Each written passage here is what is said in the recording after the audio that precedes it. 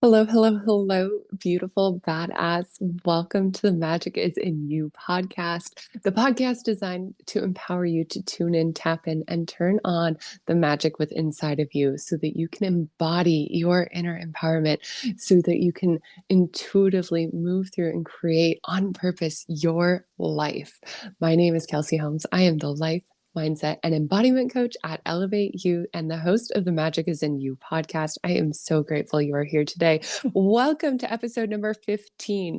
If this is your very first episode, thank you so much for being here. Welcome to the community. If this is your 15th episode, thank you so freaking much for tuning in to each episode so that you can tune and tap in and turn on the magic that is already within inside of you.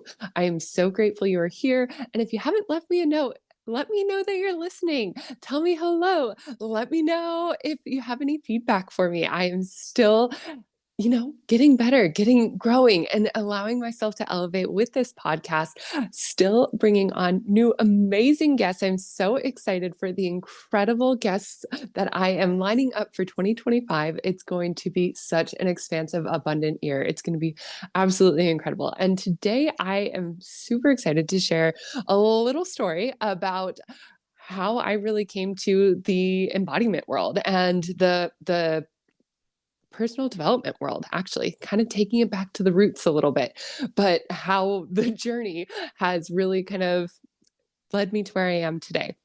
I'm super excited to dive in to how getting medi-evac'd out of the backcountry of the Wyoming wilderness has led me to sitting here talking to you today on this podcast here in this moment. Before we dive into today's podcast, I want to share a couple incredible opportunities that we can work together with.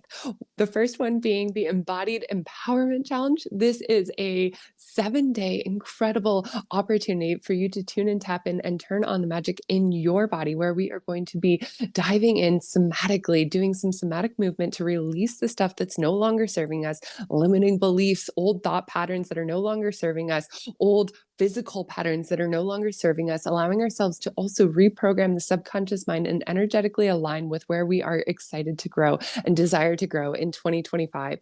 This challenge, aka an opportunity, because we all know that challenges are opportunities. This embodied empowerment challenge is going to be kicking off on the new moon, the first new moon of the new year in January 29th, excuse me, the first new moon of the new lunar year, January 29th. This powerful 7-day program is going to be running live.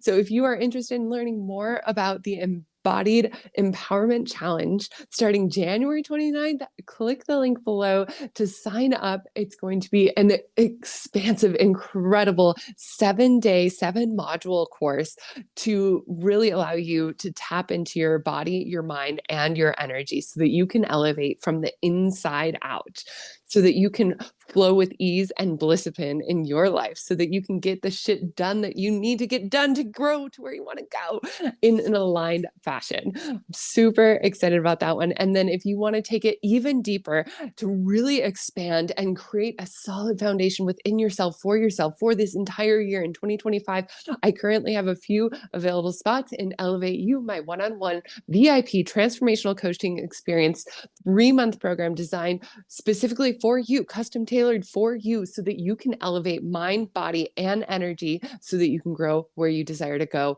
in 2025 with more flow, ease, alignment, and fulfillment, which is truly what we're desiring to create more of in our life, right? Whether that be in our relationships, our body, our relationship with ourselves, in our business, in our life, we desire more fulfillment. So why not cultivate that now? When we can cultivate that fulfillment now, when we can cultivate that energy of fulfillment, expansion, abundance, bliss now, it's the be, do, have, right? We get to be this now. We get to be fulfilled now. We get to be happy, joyous, blissful, appreciative, and so much gratitude, feeling abundant now, so that we can take the actions in that energy and create more of what we desire in 2025 and in our life. This is not just for 2025, the foundation for 2025, but this is shoring up the foundation that you have already cultivated in your life and in your business so that you can be solid, grounded, rooted, and embodied in your own inner empowerment.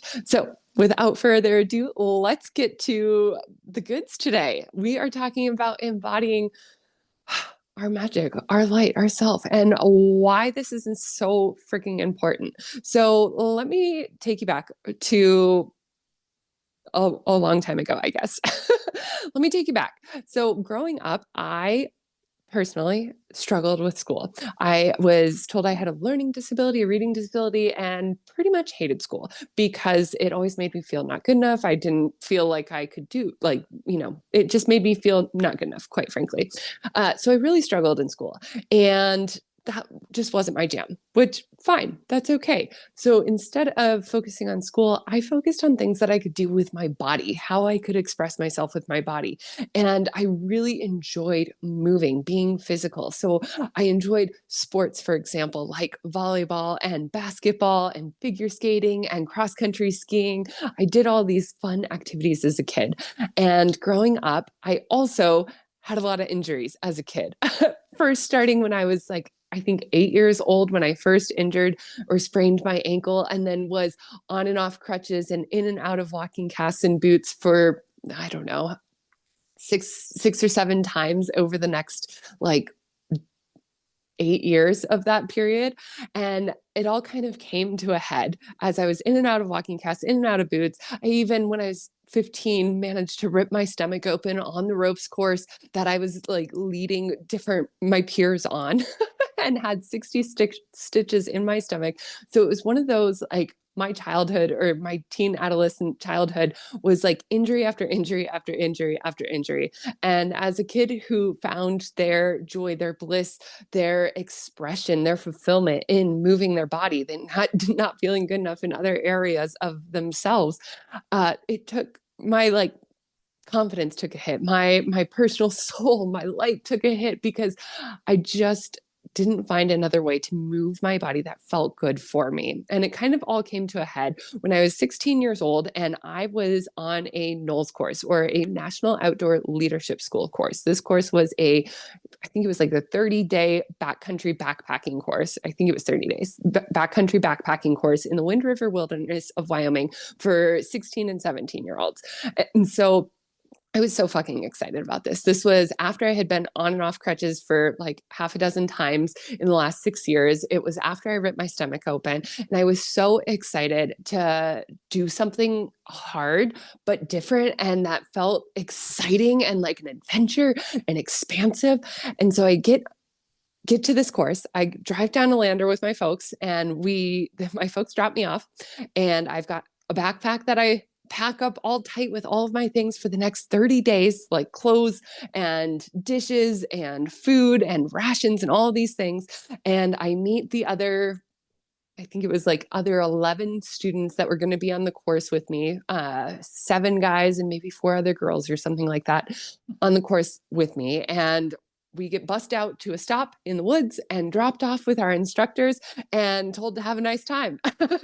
So on this course, like I said, I believe there were 7 guys and 5 of us gals on the course. On the course, over the next few weeks and days, I got my ass kicked. It was so challenging, so hard carrying a 60-pound backpack on my back, hiking through the backcountry of Wyoming, up and down, on the trails, off the trails. And it was one of those crazy, elevated, expansive, super challenging, wonderful opportunity experiences to grow myself. And which is exactly what I did. This was in the personal development lines that I was already working in. I was already participating in my school's adventure and personal development program, which I had a leadership position in already at that point. And this was to help me kind of expand my leadership, but also to help me get out of the funk that all of the injuries prior to this had kind of put me in, really. And so as I was in this program, and doing the hard things every single day, like waking up, putting the pack on, putting the wet boots on, and hiking my ass down the trail every single day, enjoying that challenge, another challenge arose that I didn't really expect when I jumped in on this Noel's course initially, but it turned out the other girls on this course were total bitches. City bitches is what I like to call them.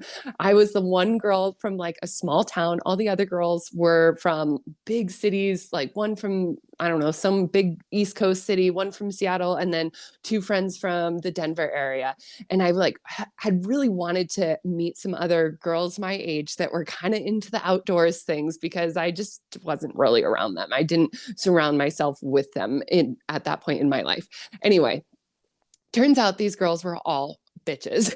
And it turned into this kind of experience that I just really hated. And I found myself, I'd be at camp after we had hiked all day and cooked dinner. I'd find myself at camp, all of a sudden catching a plane in the sky, laying on the ground, watching this plane go by, wishing, desiring I could be on that plane and not be where I was in the backcountry of the wilderness in Wyoming, kind of feeling stuck there with these people that did not like me and were not shy about sharing that with me. The guys were awesome on the trip, but the girls were, like I said, just bitches. Anyway, so I found myself desiring so desperately to get out of there. I wanted to get out of there. I was not enjoying myself. I was getting my ass kicked every day on the trail because it was challenging. It was hard physically, but it was also so emotionally challenging for myself. And having not learned how to process, feel, or express emotions well, at that point, I internalized a lot of it and just made it a more miserable experience for myself without allowing myself to actually really feel and express my emotions like I do now through embodiment practices, somatic release practices, and all sorts of other things. Anyway, I basically manifested getting hurt to the point where I was evac'd out of the backcountry. As I was hiking down a trail one day, it was re-ration day. So that meant we were getting new food that horse packers were going to pack in from the front country to meet us in the backcountry of the Wind River Wilderness in Wyoming to give us more supplies, give us more food supplies. We got a couple of re-rations throughout this 30 days, and it was day 18. So we had been in the backcountry for almost 3 weeks at this point, and we were about to get re-rationed. And as we were walking to or hiking to the re-ration spot, I was walking along this trail and I saw this big rock. And I love rock hopping. It's just like a fun, flowy art. If you can find the rhythm, you can find the flow, and you hop from one rock to another, to another, to another. And it's kind of like almost like dancing with the rocks on the river. Anyway, I found there's this rock in the middle of the trail, and I was like, oh, I'm gonna, I intentionally stepped on the rock. And with that step on the rock, all of a sudden, the ankle that I had sprained and had been in a walking cast for half a dozen times before this twisted on me. And I completely ate shit, heard a snap, ate shit like on the ground, and was in a lot of pain instantly. And the other guys on my hiking team that day, we did not have an instructor on that day. We were hiking by ourselves. And the other guys on my hiking team that day were like, oh shit, it was just me and some of the guys that day. And so they took my boot off. We had been learning wilderness first aid at this point. They took my boot off. My ankle was already swelling up. And we kind of hit this point where like, okay, we need to get up with one of the instructors. So one of the guys ran ahead, grabbed the instructors. They came back. It ended up being this huge, long, arduous evac where I had like a half-mile piggyback ride from one of the instructors, which was miserable. It was for him mostly, and for me too. It was like 90 degrees out. The mosquitoes were horrendous. It was just like not a fun experience. We get to the re-ration site and they have a pack horse that has been emptied because we got all of the food off the horse. So I end up on the pack horse with my leg in a backcountry splint and rode out 12 miles from the backcountry, and then had a 3-hour car ride back to the ranch with the ranch handlers who had the pack horses, and then had another, I don't know, 2.5-hour bus ride back to the headquarters at Knowles after I had already hiked like 6 miles that day to almost to the re-ration site. So long day. Ended up having to have surgery on my ankle after that. The ligaments were completely torn. They were not functioning anymore. And so I had to have reparative surgery on my ankle. So at that point, you can imagine it kind of spiraled down into a bit of a deeper depression, a more challenging place after having that experience once again. And so I left that experience, that NOLS course, feeling like a failure, feeling like I fucked this up, like I did it on purpose, even though I didn't intentionally twist my ankle. I had been desiring so fucking badly to get out of there. And I did intentionally step on the rock. I just didn't intentionally believe or even think at all that my ankle would twist so hard that I had to be evac'd that day. But I felt like it was my fault. I felt like a failure. I felt not good enough. I felt just like completely defeated. And I felt completely defeated by my body, which was so hard because my body was my only, what felt like, safe place. Everything else just felt out of control, unattainable, not good enough. And my body was my one place that I felt safe. So fast forward a few years, and at 19 years old, I decide it's redemption time. I had switched randomly kind of to a school in Wyoming to pursue outdoor education and leadership. And part of this outdoor education and leadership program, an associate's program from Central Wyoming College, part of this program was to do a semester NOLS course with the National Outdoor Leadership School. So I ended up going to the backcountry of the Yukon Territory in northern Canada. And the first day I arrived, like, we were getting our packs ready, we were getting everything ready, we were at the NOLS headquarters in Whitehorse, Yukon, we were packing everything up, and we were each told to go into the bathroom of the warehouse, and on the bathroom walls in this warehouse there was all sorts of motivational quotes written all over the walls, because this was the headquarters for NOLS in the Yukon. So they were constantly having students come in there and prepare for backcountry trips. And they had all of these quotes written on all over the wall, like kind of like graffiti style, all over the wall of this bathroom. And we were told to go into the bathroom and write down one or two of the quotes that we would carry with us for our entire 80 days that we were about to embark in the backcountry of the Yukon Territory on backpacking, glacier mountaineering, and whitewater canoeing. And so the quote that I wrote down, that I still have the actual scrap of paper hanging in my office today, the quote that I wrote down is, "The only way you can fail at something is to quit." And I wrote this down because I was there not only for my semester's worth of credit to get my associate's degree in outdoor education and leadership, but I was there for fucking redemption, to prove to myself that I could do the hard thing no matter who was on the course with me and no matter what conditions were going to happen. I was determined to complete this NOLS course after feeling like such a failure from 3 years prior as a 16-year-old, feeling like such a failure. I didn't even tell anybody on this course that it was my second NOLS course. I was so embarrassed that I had to be evac'd out after 18 days on that 30-day course. And so, long story short, I ended up completing the 80 days in the backcountry of the Yukon Territory and completing my associate's degree in outdoor education and leadership. And from that point, I slowly started to explore more in my body. I had lost so much trust as a kid, teen, adolescent in my body. Then I started treating myself with distrust in my body, treating my body like shit and like garbage, and not respecting my body at all.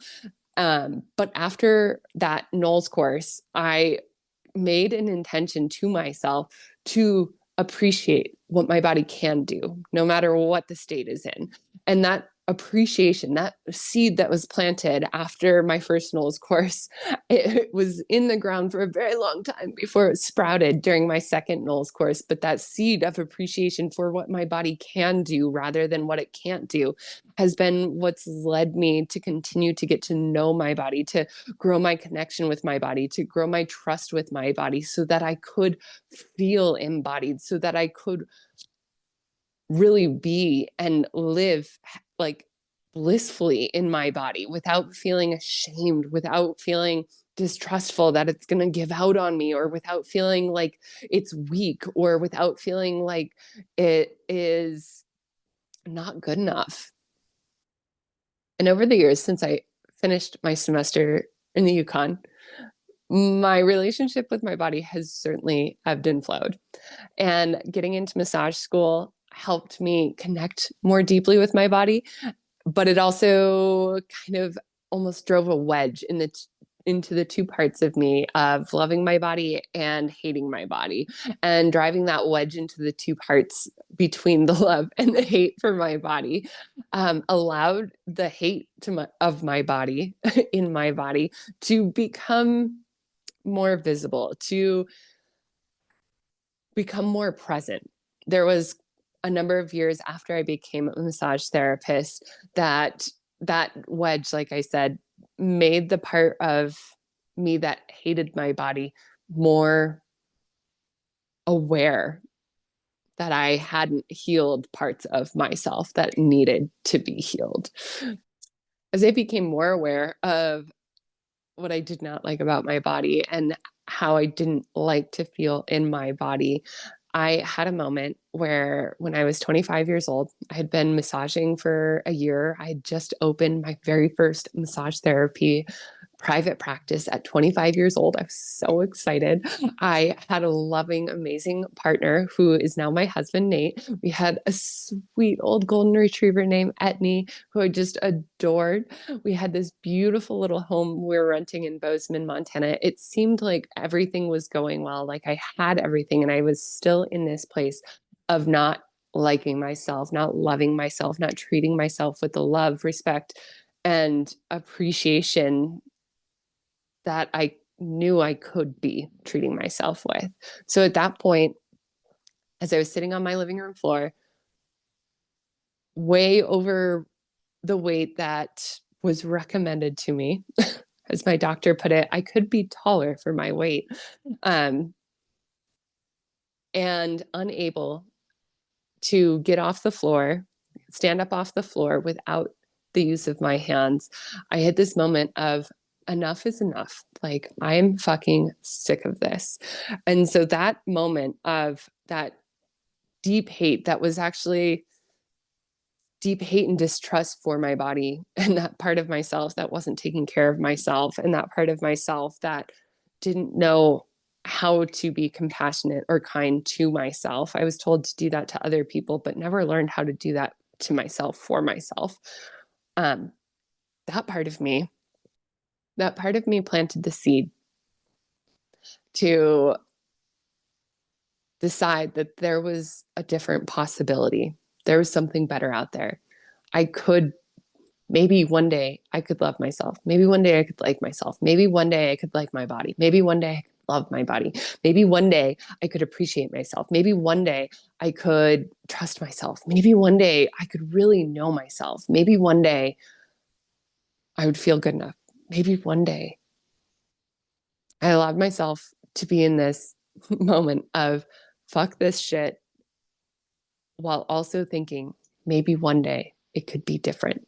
That little glimmer, that little light of possibility of the maybe one day is the seed that was planted that moment on the floor of my cute little Bozeman house living room floor, when I couldn't get off the floor without using my hands. And from that moment on, I got myself into therapy, because our mind and our body and our energy are all completely intertwined and connected. I knew I needed help with my mind.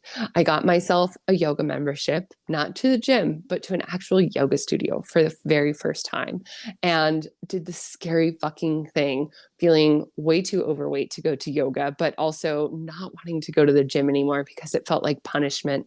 But going to the yoga studio, this bright, beautiful loft studio in downtown Bozeman with hardwood floors, huge, bright windows facing south so that the sun was always warming the space. As I would go to yoga, it felt luxurious. It felt like a treat to go to yoga, even though I was getting my ass kicked in the classes. It still felt like a treat to be there and experience being in a yoga studio in that environment, where after every time, even though I was sore after the practices, like physically muscular sore after the practice, every time I felt lighter. I felt more at peace in myself. I felt more gentleness with myself. And that's kind of where that journey of really getting to know myself, love myself, trust myself, tune and tap and turn on the magic within inside of me started from, was from being hurt so many times as a kid, but being so fucking stubborn and so determined to not fail. And so instead of quitting, I decided to just keep moving forward. I decided to keep challenging myself. I decided to keep pushing myself. I decided to keep the possibility of what if it could be better open in my mind. And it's not been all easy. It's not been all rainbows, sunshines, and butterflies. Man, there have been some fucking hurricanes of storms that have come over the last number of years. But every single time the storm comes, I feel stronger in myself. Every single time the wind blows hard, I feel my roots within myself growing deeper. Every time the fucking gales of November wind come screeching through, trying to tear me down, I feel grounded in myself, in my body, in my being, in my soul, in my heart, in my mind, because of the practices that I've developed and cultivated over the years. And I'm sharing this because for a long time, I didn't think it was possible. Like, I had that glimmer. I had that little, like, almost like starlight glimmer in a completely pitch black sky, that one little glimmer of what if it could be different? I had that glimmer, but I also didn't really believe that it was possible for myself. It was through listening to podcasts like this. It was through witnessing other people create transformation. It was through suggestions from massage clients and yoga teachers and other yoga students and my peers that allowed me to follow the breadcrumbs of transformation, that allowed me to follow the breadcrumbs of growth, that allowed me to explore myself at a deeper level, understand that there were deeper levels to explore myself at, and also give myself permission for being where I was at without shaming and blaming myself and feeling guilty for not being further, or feeling ashamed of not being to the XYZ point, but allowing myself to meet myself where I was at with compassion and grace. It was through witnessing others do this that I really started to believe that it could be possible for me. There was that glimmer of light. And as I started to surround myself and witness others doing this, creating transformation within themselves, loving themselves, embodying their badassery, as I witnessed others do that, I saw more possibility for myself. I saw more of myself in other people. I mean, maybe even you can relate to this, like that feeling of not feeling good enough, whether it was because you had a learning disability like me, or whether it was because you continually injured yourself like me, or whether you had a different experience of something that made you not feel good enough in your body, your being, your energy, who you are, just being your authentic self. Maybe it was the bitches in the backcountry that made you feel not good enough. You know, we all have things, experiences in our life that can tear us down, quite frankly. And if we don't intentionally create the deep roots within ourselves, sometimes those experiences, those things, those challenges or opportunities, right, that happen in life can sweep us, completely uproot us, right? Like sweep us off, right? Like if you're thinking about a tree in a big storm, a tree that's got strong, deep roots can withstand huge, sometimes hurricane force winds. But if a tree has weak roots, it's going to be ripped right out of the earth, which is much harder to grow anything, right? If you don't have roots, you can't really grow tall, right? So when we can cultivate these deep roots with inside of ourselves in a way that feels aligned for ourselves and energetically in our body and in our thoughts, in our mind, in our subconscious programming, when we can do this in a holistic view, a holistic way, our roots become so strong, so deep, continuing to grow down deep into the earth, continuing to allow us to grow taller above the soil. That's where the true magic happens, is when we can embody our love, our self, our confidence, our empowerment within ourselves. That's where the true magic happens. Even if it's only a tiny little glimmer of a star in the sky right now, in the sky of a very dark sky where there's not very many other stars. Even if it's just that one little star, let this be that star, that second star that pops up, that possibility that pops up as I'm sitting here nearly 20 years after that backcountry evac and nearly 10 years after sitting on that living room floor, unable to get up off of the floor without my hands. I'm sitting here lots and lots of days into yoga. It is currently January 15th, 2025, and I have done yoga every single day since July 1st, 2024. So I'm a little over 6 months into daily yoga practice, which I committed to myself on July 1st, 2024, to practice yoga every single day for the rest of the year so that I could deeply connect with myself, know myself, trust myself, love myself, and tune into my body, my mind, and my energy every single day, making that commitment to myself so that I can continue every single day to nurture my roots, to nurture the soil that I'm growing in. So if you want to nurture your soil, come to the powerful Embodied Empowerment Challenge at the end of the month. And if you're listening to this off in the distant future, there will be replays available. So you can still find the replays at the link below.